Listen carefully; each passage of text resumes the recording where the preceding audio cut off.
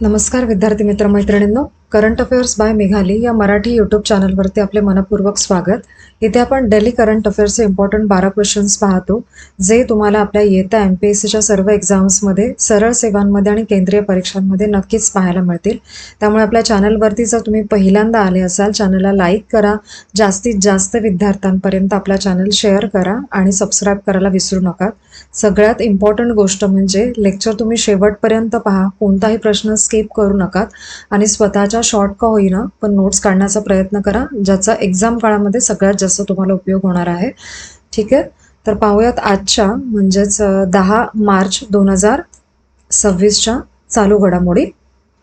प्रश्न पहिला, आंतरराष्ट्रीय महिला न्यायाधीश दिन दरवर्षी कोणत्या दिवशी साजरा केला जातो, असा प्रश्न आहे. तर याचे योग्य उत्तर आहे पर्याय क्रमांक सी, 10 मार्च या दिवशी. याचे महत्त्वाचे पॉईंट्स पहा. आंतरराष्ट्रीय महिला न्यायाधीश दिन दरवर्षी 10 मार्चला साजरा करतात. संयुक्त राष्ट्र महासभेने 2021मध्ये हा दिवस जाहीर केलेला आहे. 2022मध्ये पहिल्यांदा हा दिवस जागतिक पातळीवरती साजरा झाला आणि भारताच्या उच्च न्यायालयामध्ये सध्या एकूण 754 न्यायाधीश आहेत, पण त्यातल्या फक्त 106 महिला आहेत. भारताचं प्रमाण आहे. पुढील प्रश्न दुसरा, 2026च्या T20 वर्ल्ड कप फायनल्समध्ये भारताने कोणत्या संघाचा पराभव केला आहे? तर या प्रश्नाचे योग्य उत्तर आहे, भारताने न्यूझीलंडचा पराभव केला आहे. आणि याचे महत्त्वाचे पॉईंट्स पहा.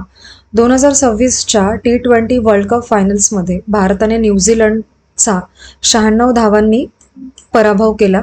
हा सामना अहमदाबादच्या नरेंद्र मोदी स्टेडियमवरती झाला आणि गोलंदाजीमध्ये जसप्रीत बुमराने 4 षटकात फक्त 15 धावा देऊन 4 विकेट्स घेतल्या आणि या विजयामुळे भारताने तिसऱ्यांदा वर्ल्ड कप जिंकलाय आणि सगळ्यात खास म्हणजे सलग दुसऱ्यांदा हा किताब उचलत इतिहास घडवलाय.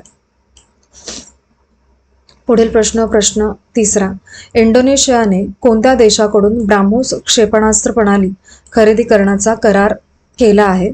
तर या प्रश्नाचे योग्य उत्तर आहे पर्याय क्रमांक बी, भारताकडून खरेदी करणार आहेत. महत्त्वाचे पॉईंट्स पहा. ब्राह्मोस ही कंपनी भारत आणि रशिया मिळून चालवतात. 2023मध्ये या कराराची किंमत साधारणतः 200 ते 350 दशलक्ष डॉलरपर्यंत जाऊ शकते अशी चर्चा होती आणि इंडोनेशिया हा करार आपली लष्करी ताकद वाढवण्यासाठी आणि सागरी सुरक्षा मजबूत करण्यासाठी करत आहे.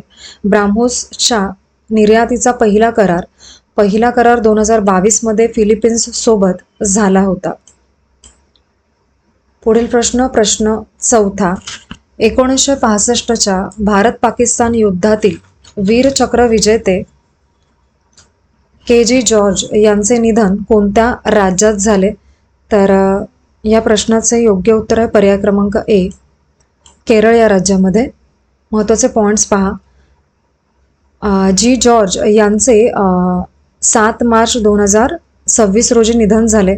कॉर्प्स ऑफ सिग्नल्समधले ते शेवटचे ह्यात वीरचक्र विजेते होते आणि 1965च्या युद्धामध्ये वाघा सेक्टरमध्ये जबरदस्त गोळीबार चालू असतानाही त्यांनी ब्रिगेड मुख्यालयासाठी दळणवळणाची लाईन जोडली होती.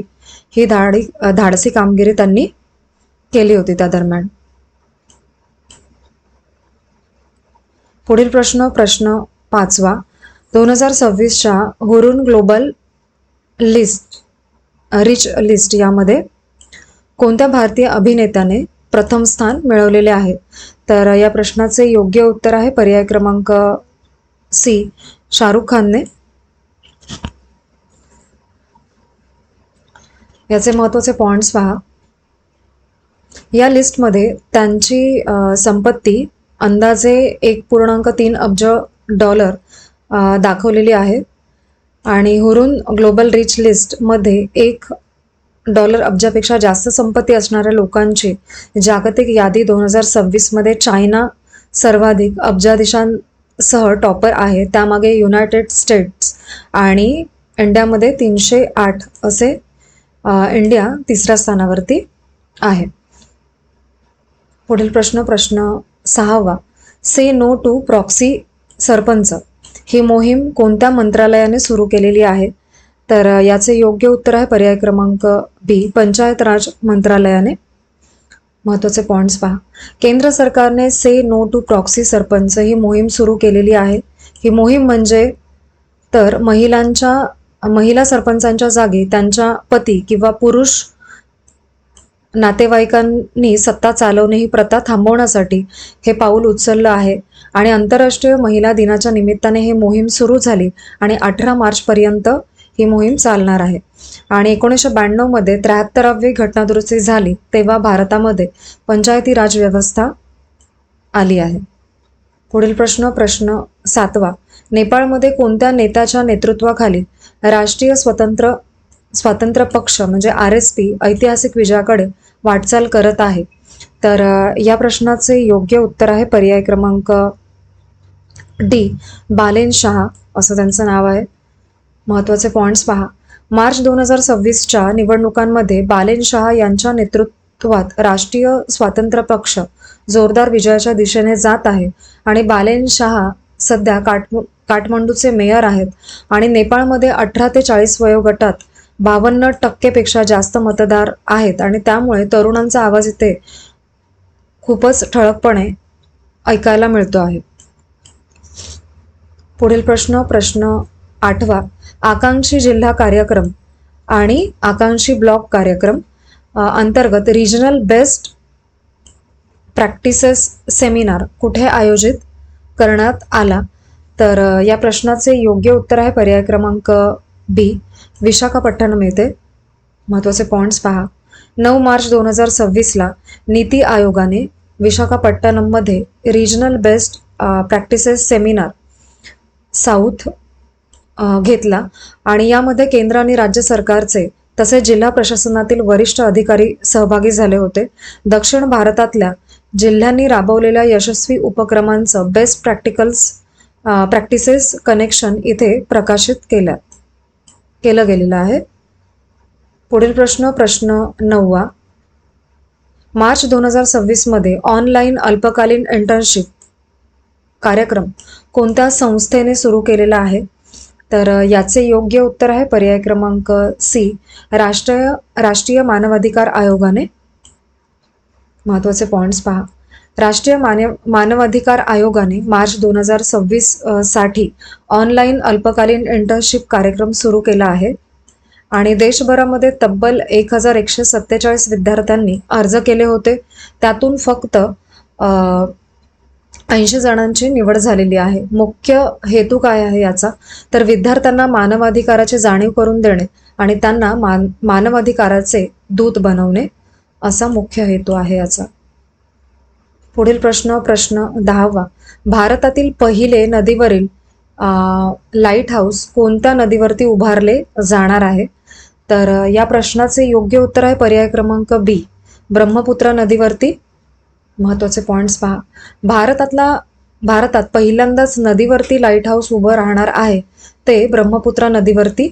हा प्रकल्प आसाममध्ये राष्ट्रीय जलमार्ग 2 म्हणजे NW2 वरती चालू आहे. हा पॉइंट महत्त्वाचा आहे. पांडू, बोगीबील, सिलघाट आणि विश्वनाथ घाट या ठिकाणी हे लाईट हाऊस उभारणार आहेत. आणि या लाईट हाऊसमध्ये ऑटोमॅटिक आयडेंटिफिकेशन सिस्टीम आणि एकदम आधुनिक प्रकाश व्यवस्था असणार आहे. संपूर्ण प्रकल्प मेरीटाईम इंडिया विजन 2030 या योजनेशी जोडलेला आहे. पुढील प्रश्न 11वा. आशियातील सर्वात मोठे विमानतळ केंद्र म्हणजे एव्हिएशन हब बनवणारे नोएडा इंटरनॅशनल एअरपोर्ट कोणत्या राज्यात आहे? तर या प्रश्नाचे योग्य उत्तर आहे पर्याय क्रमांक ए, उत्तर प्रदेश या राज्यामध्ये. महत्त्वाचे पॉइंट्स पहा. नोएडा इंटरनॅशनल एअरपोर्ट हा एरोड्रोमचा परवाना मिळाला आहे. हा परवाना DGCA म्हणजेच डायरेक्टरेट जनरल ऑफ सिव्हिल एव्हिएशनने दिला. इथे maintenance, repair and overall MRO आणि एअर कार्गोच्या सुविधा उपलब्ध असणार आहेत. पुढील प्रश्न 12वा आणि आजचा आपला शेवटचा प्रश्न.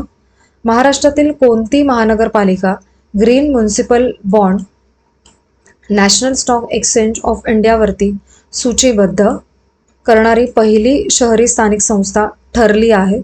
तर या प्रश्नाचे योग्य उत्तर आहे पर्याय क्रमांक डी, नाशिक महानगरपालिका.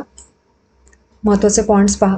नाशिक महानगरपालिका ही महाराष्ट्रातील पहिली शहरी स्थानिक संस्था ठरली आहे जिने green municipal bond National Stock Exchange of इंडियावरती लिस्ट केला आणि ग्रीन म्युनिसिपल बॉन्डमुळे शहरातल्या पायाभूत सुविधा आणि सार्वजनिक प्रकल्पांसाठी निधी उभारला जाणार आहे. ठीक आहे, तर आजचे आपले 10 मार्च 2026चे डेली करंट अफेअर्स पाहून झालेले आहेत. प्रश्न कोणतेही स्किप करू नका. लेक्चर तुम्ही शेवटपर्यंत पहा, ज्याचा फायदा तुम्हालाच होणार आहे एक्झाम काळामध्ये. आणि आजचे लेक्चर तुम्ही शेवटपर्यंत पाहिलेत त्यासाठी थँक्यू सो मच.